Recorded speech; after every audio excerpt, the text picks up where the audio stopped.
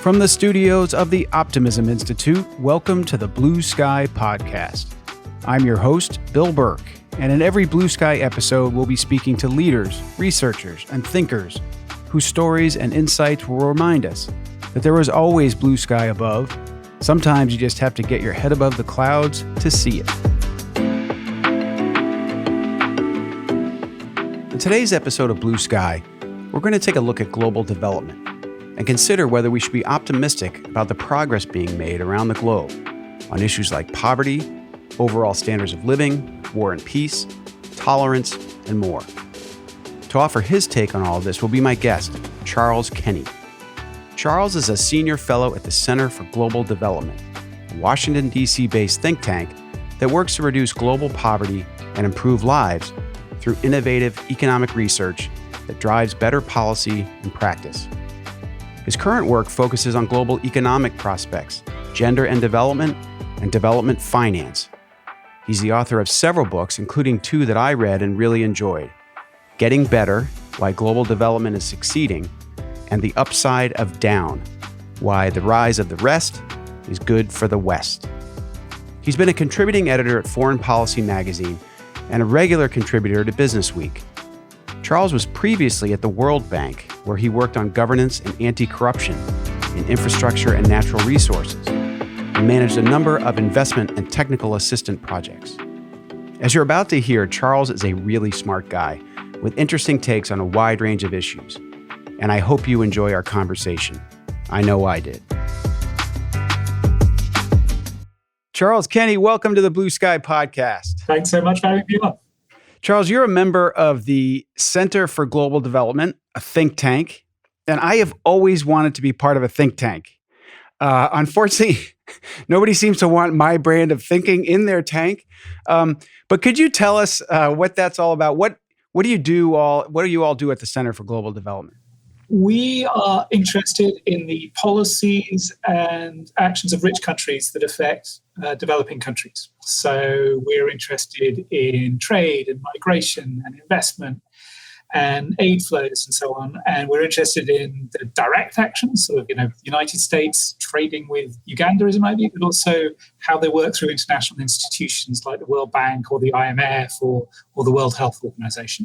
And your personal point of view, I don't know if it's shared by the entire group, though, is that Americans who get discouraged about development overseas are kind of missing the point, because we tend to emphasize things like GDP or the wealth, quote unquote, wealth of a country, and we don't think about more important measures. Can you describe that to me and your point of view on this and what so many people here are missing? Sure. I think there is an idea in rich countries, not just the US, that the developing world is doing really badly. If you look at poll evidence, people tend to suggest poverty is going up and that child mortality is going up and that things, are as bad or worse than they've ever been. And the evidence is the complete opposite. I don't think income is a be-all and end-all measure, but if you want to look for a minute at global poverty numbers, which is defined as $2.15 a day, it's a very low, extreme poverty number. But 50, 60 years ago, about 80% of the world lived at that kind of level, below that kind of level of income, and now we're down to sort of 10%. I think more importantly, if you look at measures like child mortality, the number of kids dying before the age of 5, we've just revolutionized the way the world looks in terms of that indicator. So it used to be worldwide, if you were a parent, you'd expect one of your children to die before the age of 5. Worldwide, that is now a really rare event. We just in the past 20 years, we've cut the child mortality rate by 2/3. And if you want one single measure of global progress, of human progress, I don't think there's a better one than the fact that it used to be a regular event that parents were burying their child. And now, even in the poorest countries in the world, it's a comparatively rare tragedy. It's not rare enough. There are still many children dying of easily preventable diseases. But compared to where we were, 30 years ago, 50 years ago, 100 years ago, it's just a revolutionary, awesome change. And what has driven that change? That change in particular, a whole bunch of really cheap and absolutely fantastic technologies, frankly. So vaccinations, Loads of kids worldwide used to die from measles. Measles deaths have gone down by about 90%, I think. If you know, a whole range of other childhood diseases have been almost wiped out. You know, polio almost wiped out, for example. Smallpox, something that killed about 100 million people in the 20th century, has so far this century, touch wood, killed no one because we wiped it out worldwide. But not just vaccines, also antibiotics, another complete miracle drug that can turn cases of diarrhea that used to kill people now don't, because you give them antibiotics and they don't die. Another thing that diarrhea is a massive global killer still, but another thing that's really reduced the death rate hugely is just the figuring out that the combination of salt and water and sugar, if you feed that to kids who have diarrhea, they will not die from dehydration. So a whole bunch of really sort of simple to use technologies have been a huge force behind this. But I'll also say it's about parents, getting access to these technologies, using these technologies. It's about governments providing these services on top of clean water and other health services and so on. It's about the global community supporting that through aid and investment. So it's not. It hasn't been easy. I don't mean to claim it's been easy, but it has been revolutionary, and it has reached worldwide in a way that's just had this hugely positive and dramatic impact. And for some reason, we just don't properly appreciate it, it feels to me. And I know that's a lot of your work. And even in this country, you mentioned antibiotics, one of my favorite anecdotes, it's a sad one, but when Calvin Coolidge was a sitting president of the United States, his son died from an infected blister playing tennis. Antibiotics would have saved him on a quick visit. That was not that long ago, 100 years ago. Yeah, or an example I use in the book I've written for children on this is if you look at the sort of formal portrait of Louis XIV's family, this is the Sun King, richest guy in France, probably at least one of the 2 or 3 richest people in the world at the time, right? Built Versailles, fantastic palace, hundreds of rooms, beautiful gardens, all sorts of stuff. You look at the family portrait, you kind of go through the members of the family, and there are 2 kids who in the portrait actually appear as being in a little portrait of themselves, and that's because they died before the family portrait could be painted. So they died as kids from an easily preventable set of conditions. There are 2 more kids who died from easily preventable conditions. The king and his wife both died of things that can be cured by antibiotics. This whole family, richest family in France. And all of them are dropping dead from things that would be a minor inconvenience today. And it just sort of shows you how much progress we've made. And you've written several books, and you just referenced a children's book, which I've not seen, but I've read Getting Better and The Upside of Down. I've loved them both. And in addition to sort of global health measures, life expectancy, child mortality, you also talk about technologies just improving standard of living and cost of living. Can you give some examples of that? Again, things that we tend to take for granted. So in a developing country where perhaps the GDP isn't growing as fast as we'd like, or the wealth of that country, but the standard of living and the cost of living has improved dramatically. Can you give some examples of that? I mean, one of the ones that's been fairly revolutionary is the mobile phone. That worldwide 2 or 3 decades ago, most people worldwide never made a phone call. And now, even in the poorest countries, sort of 2/3 of people have at least access to a mobile phone. And that's kind of revolutionary, because something else that's changed over the last 100 years is the amount that people move. It used to be moving was massively expensive. You'd have to spend a month's worth of income in order to travel between cities, just because it took a hugely long time and the roads were terrible, and it was a really expensive endeavor. Transport is so much more efficient that even in very poor countries, people travel a lot. And that means parents are away from children, they're away from their own parents, children away from parents and so on. And so keeping in touch with a mobile phone is a really important part of keeping families and friends together now in a way that it wasn't 200 years ago, because everybody stayed in the same place. But on top of that, the mobile phone is being used for all sorts of things, far more than in the United States. Even in countries like Kenya, we're seeing people use the mobile phone for financial transactions. They use it as their bank, their bank account, for example. And so thousands of people who didn't have access to a bank account and were keeping their cash under the pillow, if you will, have now got access to sort of modern banking services. And so this one little technology has had this huge impact. You can see it actually in the GDP statistics even. A lot of it you can't see in the standard income statistics. But the mobile phone has had such a big impact that countries are realizing they have to sort of rebase their GDP. They have to refigure out how big their economy is, because the mobile phone has got so big so fast that they're undercounting its effect in the economy. And Nigeria's economy, when they sort of realized, oops, we're not measuring the impact of the mobile phone, went up by 20% in size overnight. I mean, it didn't really go up by 20% overnight, obviously. The measurement went up by 20%, but that's how much of an impact the mobile phone's been having on the economy. And as I say, I think its effects go way beyond that, keeping families together in contact, able to support each other far more easily. And there are a whole bunch of really simple technologies like that.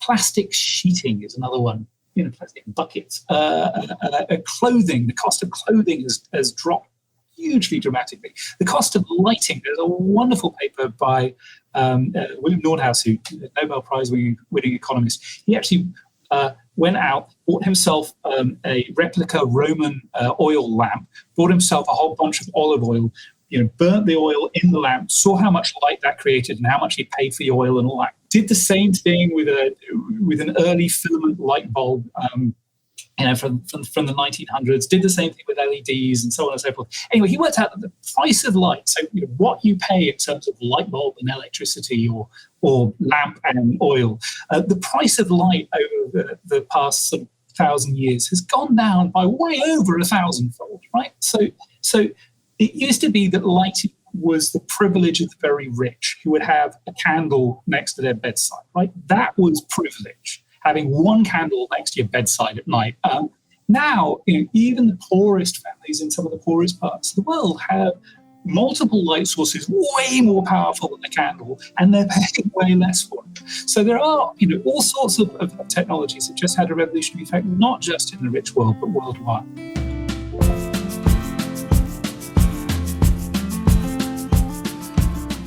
Okay, first off, did you hear how deftly Charles dodged my obvious plea for getting invited to a think tank?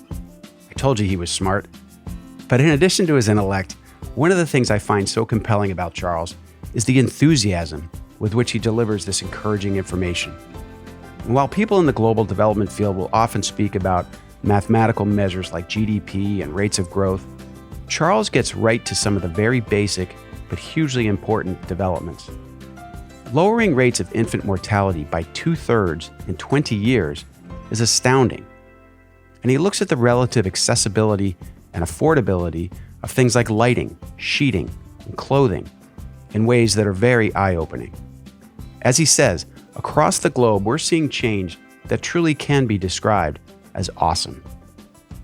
Getting back to our conversation, I asked Charles to talk about the world's response to COVID-19, and I started by suggesting that another thing we shouldn't take for granted is how rapidly we created and deployed a vaccine.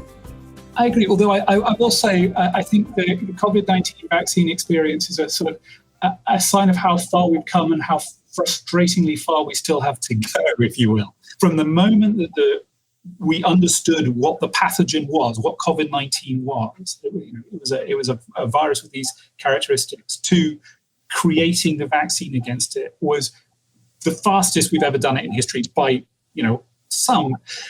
some fair distance. Usually this is a 5-year or 10-year process, even recently. And of course, for many diseases through history, for a start, it took us ages to figure out what they were. For most of history, we thought that something like cholera was caused by miasma, was caused by the smells in the air. We didn't even realize it was a bug, right? So, but even once we figured out that it was a bug, the distance between bug and vaccine against bug was 10, 100 years rather than basically less than one. We then managed to manufacture these vaccines at a scale and a speed that we'd never done before by some margin. You can compare it to the annual flu vaccine because that's the only thing we sort of manufactured it close to that scale before, and we did it far faster and far more than we had the animal flu vaccine. And then it spread out worldwide faster than any vaccine previously has done, which is to say, we kind of got to 10% coverage, even in the poorest countries, faster than any other vaccine. A big asterisk on that, a big sort of caveat, is it still took far too long, and people in rich countries who were very low risk were getting access to this vaccine way before high-risk people in low-income countries. And of course, there's now the sad fact of the matter is that we're kind of peaking demand on vaccines. People don't want the COVID vaccine now and aren't getting vaccinated against it. Some because of kind of ridiculous conspiracy theories about it, being bad for your health, which it's not. But many just because they've already had COVID 3 times and they've got other health worries that they're more concerned with, and that that's sad and is part of the problem. So on the one hand, yes, the world, we're in a better place than ever. On the other hand, we could have done better, right? We could have rolled this vaccine out even faster, even more equitably. And I hope next time we learn the lessons from COVID-19 and do it even better because we have that capacity. Another thing that folks in this country tend to get down on is where the United States ranks with the rest of the world. And in the upside of down, you talk a lot about that. And one of the things you said that I really liked was, it's not that we're falling behind, the rest of the world is catching up. And that's actually good for us. I think you said what's good for the rest is good for the West.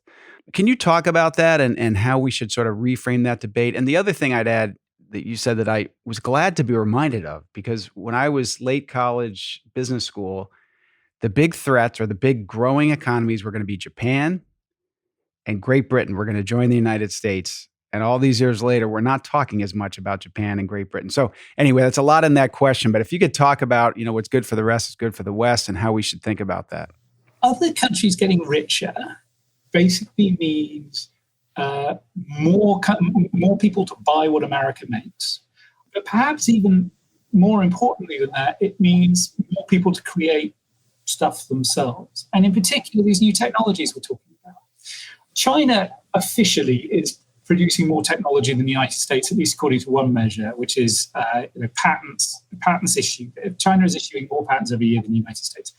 Frankly, if you look at the quality of those patents, I think the US still actually retains some level of global leadership in technology development. But the fact that China is developing some new technologies that are going to lead to more production, better production of new stuff is really good news. And we know that because the US already benefits from a whole bunch of technologies that China created, including paper and fireworks. Now, July 4th, not the same without Chinese inventions, right? Other places getting rich and creative enough is really good for the United States because we will benefit from some of those creations. I think that the rest of the world getting richer is really good news. Now, there are, again, caveats to that. We've got to worry about the global sustainability of consumption when we will get rich. At the moment, we're producing too many greenhouse gases. And if we continue to produce too many greenhouse gases, that's going to be bad for us all too. But again, creativity helps with that. And actually, if you look at where is producing low-cost solar cells at the moment, it's China. So the fact that places are manufacturing really cheap, zero-carbon technologies is good for the United States. It's good for the rest of the world too. So I really think we need to move away from this sort of zero-sum thinking that if somewhere else is getting richer, we're getting poorer. And another way to look at that is the United States isn't the richest country in the world, right? It's the biggest economy in the world, at least in market terms. It's the biggest economy in the world. Monaco's far richer. Luxembourg's far richer. I'm not sure, how much that really tells you. I'm sure people in Monaco are very happy. But there's sort of more to life than pure income measures, and it's not about sort of being the largest economy if it's about anything. It's about being the best off economy, and those two things are completely separate. So at the moment, China is the biggest economy according to purchasing power parity. That's when you sort of adjust the size of economies to account for how much things cost within the economies. And because In China, it's cheaper to buy a haircut, for example, than it is in the United States. If you adjust for that kind of thing, the Chinese economy looks the biggest in the world in those terms. But on a whole range of measures of the quality of life, China is still some way behind us. So even if it's the biggest economy, in some terms, that certainly doesn't make it the place people would rather live. I'd certainly still much rather live in the United States. Thank you very much. Right. Well, not to mention in terms of technology and patents and creativity, China's still sending a lot of students over here for higher education and those sorts of things. So. And there's a reason for that. Yeah.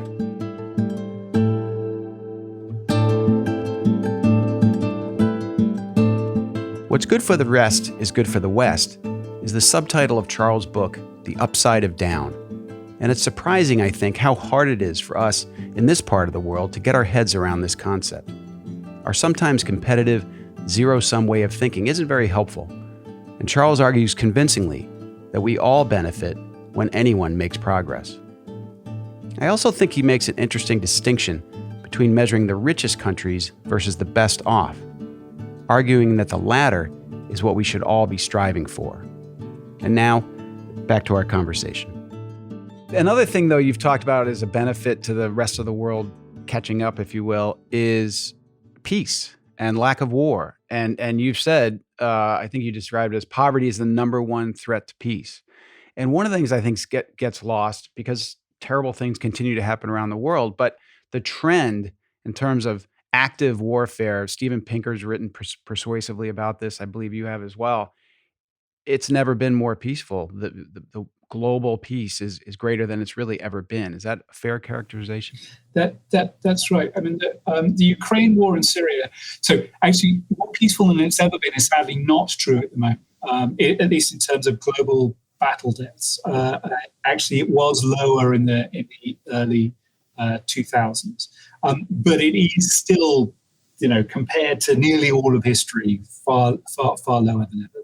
The tragedy that is Ukraine and the shock that is Ukraine to the international system, the tragedy that was Syria, Ethiopia. There are still ongoing conflicts that are terrible. But as you say, compared to most of history, just sort of the amount of war going on is far less. And one big reason for that is, especially when you look at civil war, where do civil wars happen? Civil wars happen in poor countries. Chris Blackman, who wrote a wonderful book, Why We Fight, civil wars happen in poor countries. With very few exceptions, that's the rule, right? And so the more that the world gets healthier and wealthier, the less we will see that kind of violence. And that's, fantastic news. It probably sadly doesn't mean, the permanent end of war, but it does mean we're in a much better place than we were in terms of the amount of global conflict. Would you describe the U.S. Civil War that way? I'm thinking about it in the terms you just described. We were obviously a much poorer country back then, but also the threat to the South was economic ruin if the institution of slavery went away. Would you describe the Civil War in the United States as being driven by the threat to economic vitality? One, I worry about claiming any great historical knowledge of a U.S. Civil War. So let me somewhat dodge the question by saying the reason that civil wars, one of the reasons that civil wars happen more in very poor countries today, is that natural resources, and in particular sort of natural resources in a particular place like a diamond mine, are a much more important part of the total economy. And so sort of fighting over territory really actually kind of makes sense in a way that fighting over territory does not make sense in the United States today, because, add up all the mining revenues together and they don't come to very much. Now, if you go back to the Civil War period for the South, it was an economy far more resource-based than it is today.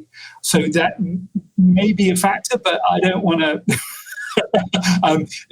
It is always the case that when you look at individual wars, and this is again a point that Chris Patton makes. In a way, you need a theory that explains why they don't break out a lot. Because most of the time, most places there isn't warfare going on, even in the world's poorest countries, right? So you need a theory as to why one is broken out. Now, basically the point is that poverty is a factor that makes it much more likely that a war will break out. The specific reasons why any specific war breaks out have got a lot to do with culture and politics and so on at the time. And so, that's kind of where I would leave that. Yes. Good answer. Another thing you've written about, and there's a lot of literature these days on happiness and gross domestic happiness and measures like that. And you wrote, I think I'm quoting you here, the proportion of populations in surveyed countries who say they are happy has been rising over time in economies that have seen rapid growth, as well as in economies that haven't. And a great line here, smile, and more of the world than ever before will smile with you. Can you talk a bit about that? Again, this is these survey questions where people are sort of asked something along the lines of, on a scale of 1 to 10, do you consider yourself miserable or, being 0 or very happy being 10? They come with a lot of caveats, but they do seem to match up with sort of, if you survey one person and then you ask their friends, what answer do you think they give? They kind of match up. How often people smile seems to be connected with it.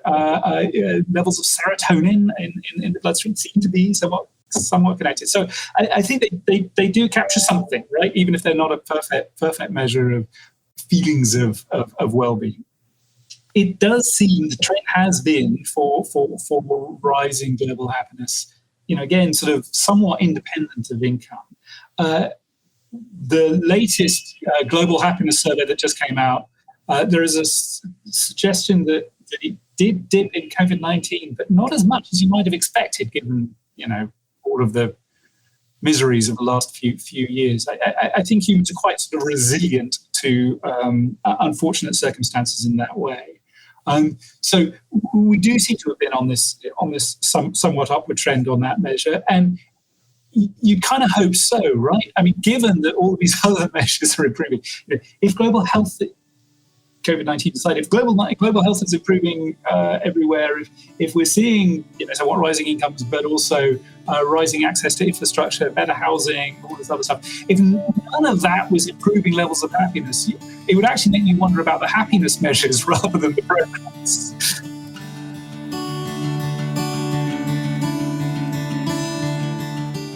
It's interesting to hear Charles' take on the relationship between poverty and war, in particular civil wars.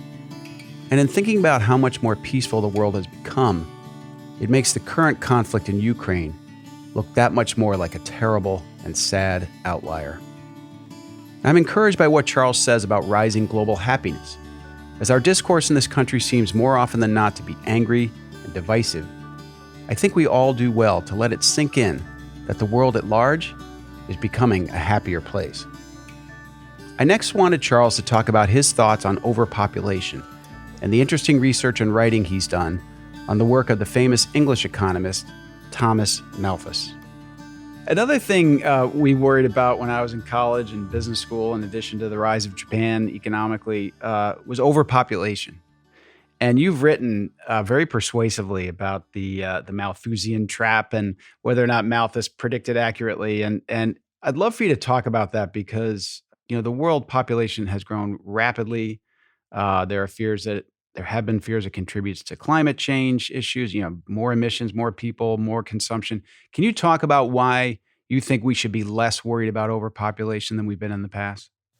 So Malthus's essay, which by the way is a fantastic read, was written in response to two authors, one of whom was Nicolas Caratat, the Marquis de Condorcet, who was a French Enlightenment thinker, who, while he was on the run from the French Revolution and the Terror, in hiding, he wrote this book saying, basically, human progress is going to continue forever. Remarkably optimistic. He ended up poisoned in a Paris prison cell only a few months later. But anyway, despite the fact he was wrong about his own life, perhaps, his predictions for sort of what we're going to happen over the next 200 years was we're going to, because of sort of the spread of knowledge, we're going to see more democracy than ever before. We're going to see the end of colonization. We're going to see rising health. We're going to see rising education. The world is going to be a better place. And Malthus wrote this book in response to Condorcet saying, Rubbish. It's all going to be grim forever. And it's all going to be grim forever because immediately humans get any better off. What they do is they breed more. They produce more kids. Those kids need to be fed, so on and so forth. There's only a limited amount of land. So if there's only a limited amount of land, you have more kids on it, more people on it. They're going to see their incomes, their livelihoods worsen, and we'll sort of drop back to the standard of living we saw before. It's going to be misery from here on out. Malthus wrote this rather snarky attack on Condorcet. Malthus is the one who turned out to have got the next 200 years of history completely wrong, right? We have seen hugely rising global human populations at the same time as we have seen unprecedented progress in global life expectancy, in global incomes, and so on and so forth. And that's not just true sort of at the global level, it's also true at the country level. There just isn't, Malthus's story is incomes go up, populations go up, incomes go back down again. That story just pretty much is true nowhere. There are a few countries in Africa where maybe you can marginally say the evidence is against that view of history, but very few. What did he miss, Charles? Was it the impact of technology? Because it seems to me with things like improving fertilizers and the other technologies you've mentioned that could. Is that what he missed? What was missing in the analysis? That was part of it. I think the rate of technology change would have taken him completely by surprise. He actually interestingly wrote just as Jenner invented the smallpox vaccine. And in a later version of his book, he kind of adds an appendix saying, yeah, smallpox vaccine, great, wonderful, yeah, a few more kids survive. I've got nothing against that. But of course, it'll make no difference to the quality of life, because it just means there'll be more kids. Back to his story, right? So he started seeing these revolutionary technologies emerge and would not change his story. That's part of it. The other part of it is partially about sort of his ethics or his moral views. He was a parson in the Anglican Church of Britain, and at the time, parsons in the Anglican Church were very strongly opposed to any form of birth control. And so he thought there was sort of no moral way to reduce the amount of babies you get from a given amount of sex. Maybe if the world still agreed with him, we would be in a different place. As it turns out, the combination of more education and lower child mortality has a massive impact on how many kids the average person wants to have, the average woman in particular wants to have. The more likely kids are to survive, the more you think that education is important to your children, the fewer children you yourself want to have. That's true of sort of how many men want to have and how many children that women want to have and have. Right? So now, part of the way that happens is the global spread of contraception. Right? And Malthus would go, ew. But if you don't have a problem with contraception, you go, yay. Right. So we are actually, we're reaching towards peak population because people are choosing to have fewer children. Indeed, my worry right now is not about too many people, it's too few. If you look at the United States, you look at other rich countries, they're way below replacement fertility levels. And I actually think declining populations is what we should be more concerned about than rising populations. But anyway, so he missed two things. He missed the fact that technology was going to allow, even in periods of fast population growth, improvements in the quality of life. And he missed or sort of couldn't deal with the fact that we were going to enter a period where rising incomes did not lead to more babies, but led to fewer babies. It's interesting, Charles, because there's a juncture here, I think, in the importance of an optimistic mindset in influencing behavior. Because my children are in their 20s, and they have several friends who will say that they don't want to have children, which is obviously a personal choice. But often the reason is because the world is in such bad shape and going to get that much worse. And that, we might have 30 years of good years on this planet before climate change, and another child's only going to make it worse. And so, and if you're concerned about lowering birth rates, these things start to come together. If your mindset isn't aligned with what you're describing, Charles, then it could actually exacerbate the problem, not help. Absolutely. Sorry, and two things. One, I didn't answer the second half of your question, I realize. Consumption is a a real issue. Global consumption is a real issue. Especially if the world all gets as rich as the United States and does so consuming the way the United States does today, we will be consuming in a way that will be really terrible for the planet and for our long-term quality of life. That's not going to happen. We are already seeing decoupling, which is continued economic growth, continued progress on other quality of life metrics without increases in greenhouse gas emissions. And that's because we've invented a whole load of new technologies that allow you to, have the same amount of energy with less carbon cost and so on. And what we need in order to make sure that continues is continued technological progress. What that requires is larger, more educated populations. And so I think we really need to be focusing on that. People aren't the problem. People are the solution. Way too much consumption that is not sustainable, that's a problem. But it's not the people, it's the way too much unsustainable consumption. We really need to sort of focus our efforts on reducing the unsustainable consumption, not reducing the number of people. It really depresses me when I hear people say things like, I don't want to have kids because their life won't be worth living. And it depresses me for two reasons. One is that kind of language has been around for a long time. It's usually been directed at people further away from potential kids. It's usually been, I don't believe the life of somebody in India is worth living because they're close to starvation and so on and so forth. So we ought to impose population control on them, which I think is sort of morally repulsive and wrong. And you could go out and you could survey people in India and ask them if they're happy to be there, and their answer is largely yes. So don't take away their authority to say whether they are happy to be there or not. They are. But when it comes to sort of having kids or not having kids yourself, this generation growing up is the greatest generation ever on a whole bunch of measures, right? It is the most healthy. It is the most educated. If you look at its beliefs and tolerances, they're the most tolerant generation ever. For all, I know that they can complain too much about the way people speak and stuff, but by and large, they are the most tolerant generation, right? This generation is going to achieve things that we cannot even dream of. I think they are going to solve the climate crisis to the extent we leave it for them to solve, amongst many other achievements, right?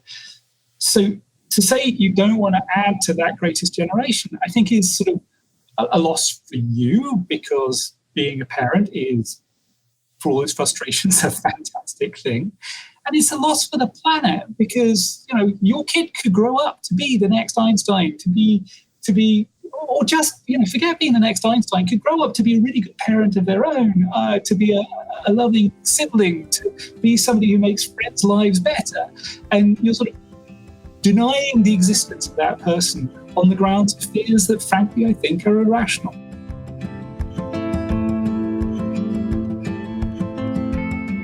I really appreciated what Charles had to say here about the generation growing up today. I'm now at what I sometimes consider the, hey, you kids, get off my lawn age. And to hear what Charles says about younger people across the globe is really helpful. They are, he says, the greatest generation on a bunch of important objective measures. They're the healthiest, the most well-educated, most tolerant that the world has ever seen. And it's inspiring to hear Charles consider the incredible changes and improvements he expects them to go out and create. Next, I wanted Charles to drill down a little more on his thoughts regarding education. You mentioned a few times there education, and you had a line in one of your books where you said, you talk about valuing the ABCs and getting shots for DPT. We've talked about vaccines. Can you talk about education worldwide, the rates of education, rates of literacy, and how much that's improved? Again, we've gone from a world within, just a few decades, we've gone from a world where the majority of people couldn't read and write a simple sentence to one where the great majority can. There are real problems with the quality of education in many developing countries in particular. So kids sitting in school for 5 or 6 years and coming out being able to do not much more than read a rather simple sentence. And so we do need to work on quality. But more than ever before, kids are sitting in school getting an education. And It's gone from a rarity to even in the lowest income countries, sort of 9 out of 10 kids being in school, at least through primary school.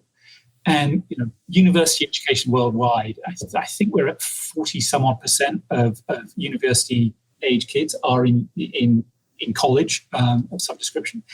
Just massive changes worldwide in terms of access to education and the number of people going through it, and the potential that that suggests is just awesome. The number of people who could plausibly contribute to innovation and creativity is at a huge high, more than it's ever been before, because you've got to sort of multiply the number times the percentage getting that kind of education, and both the number is bigger and the percentage getting that kind of education is bigger. So put the two together, you get just awesomely more people who can be part of innovation and creativity than ever before in history, and it's fantastic.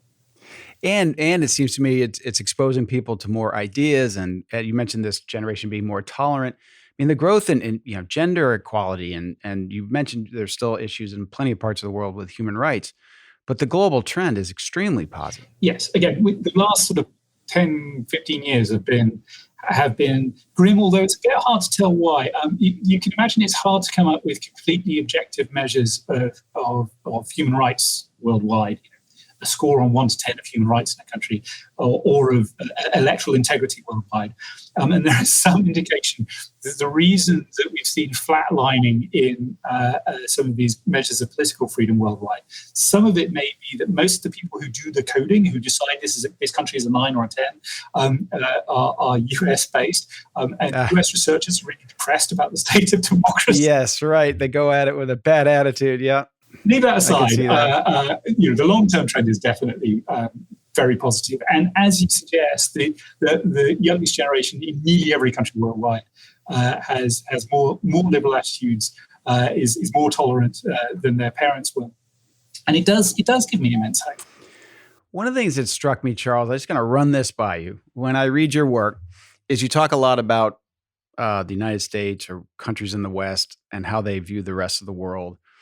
And it seemed to me that a lot of what you write about could apply to individuals as well. So, for example, instead of measuring ourselves by our total wealth, measuring by our total well-being and happiness, and also instead of resenting or being jealous of people who are gaining or doing better, we should realize that it's all good for everybody. Is that a fair connection? And is it good enough to ever get me in a think tank, or does it fall far short? I think it is broadly fair. I think one of the interesting things about the subjective well-being literature is it's kind of taught us a whole bunch of stuff that we already knew. So if you go back to some of the earliest sort of ideas about what happiness was about, Aristotle, all the way back to the ancient Greeks, they largely talk about a life well lived, right? They talk about a life where you do something meaningful with your time that helps the broader community. And that's pretty much what comes out of the subjective well-being stuff. If you're in a job that is fulfilling because you are helping others, you are happy. Now, which causes which? Maybe both cause each other. Who knows? But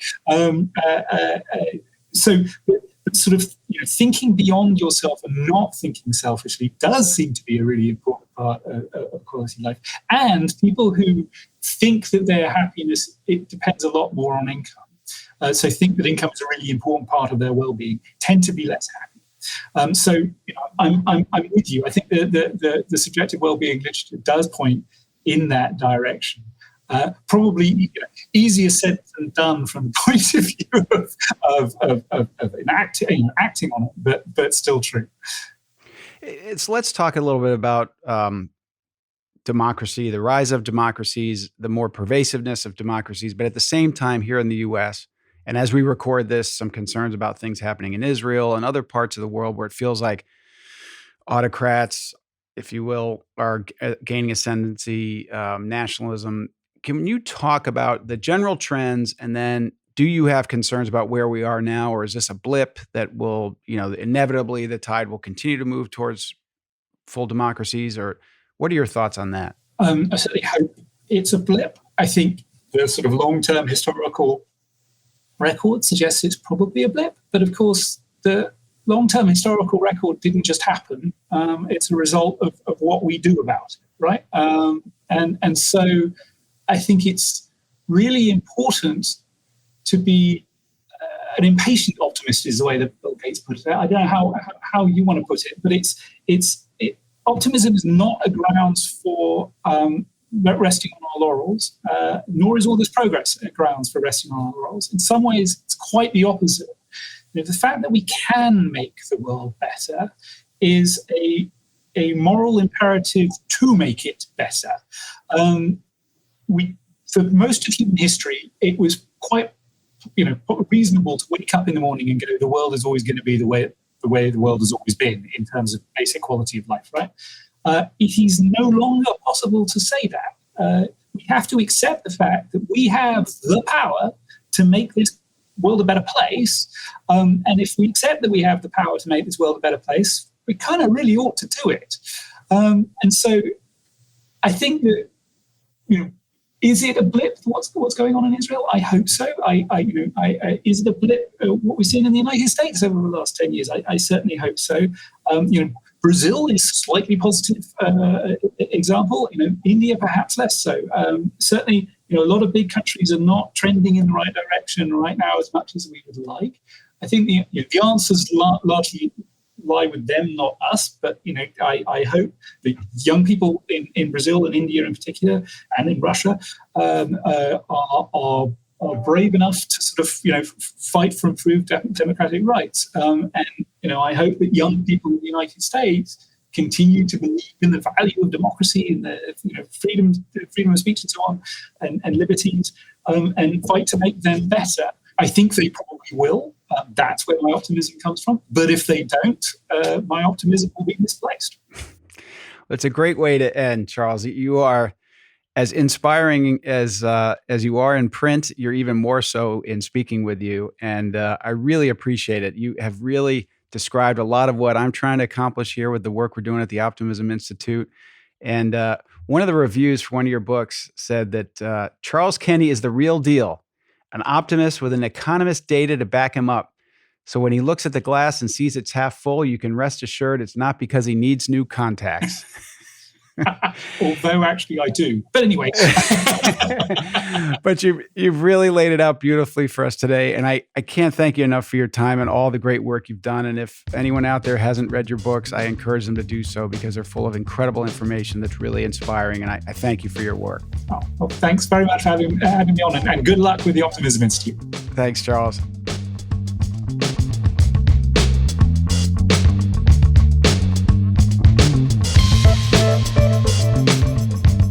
Once again, I love hearing the enthusiasm in Charles' voice when he talks about how improving rates of education around the world, multiplied by a growing population, will equal unprecedented innovation and creativity. And how inspiring were these words? Because we can make the world better, there's a moral imperative to make the world better. Wow. It was at this point in the conversation when I finally waved my internal white flag on the idea of becoming a think tanker. There's a reason why people like Charles Kenny are in there, and people like me are on the outside looking in.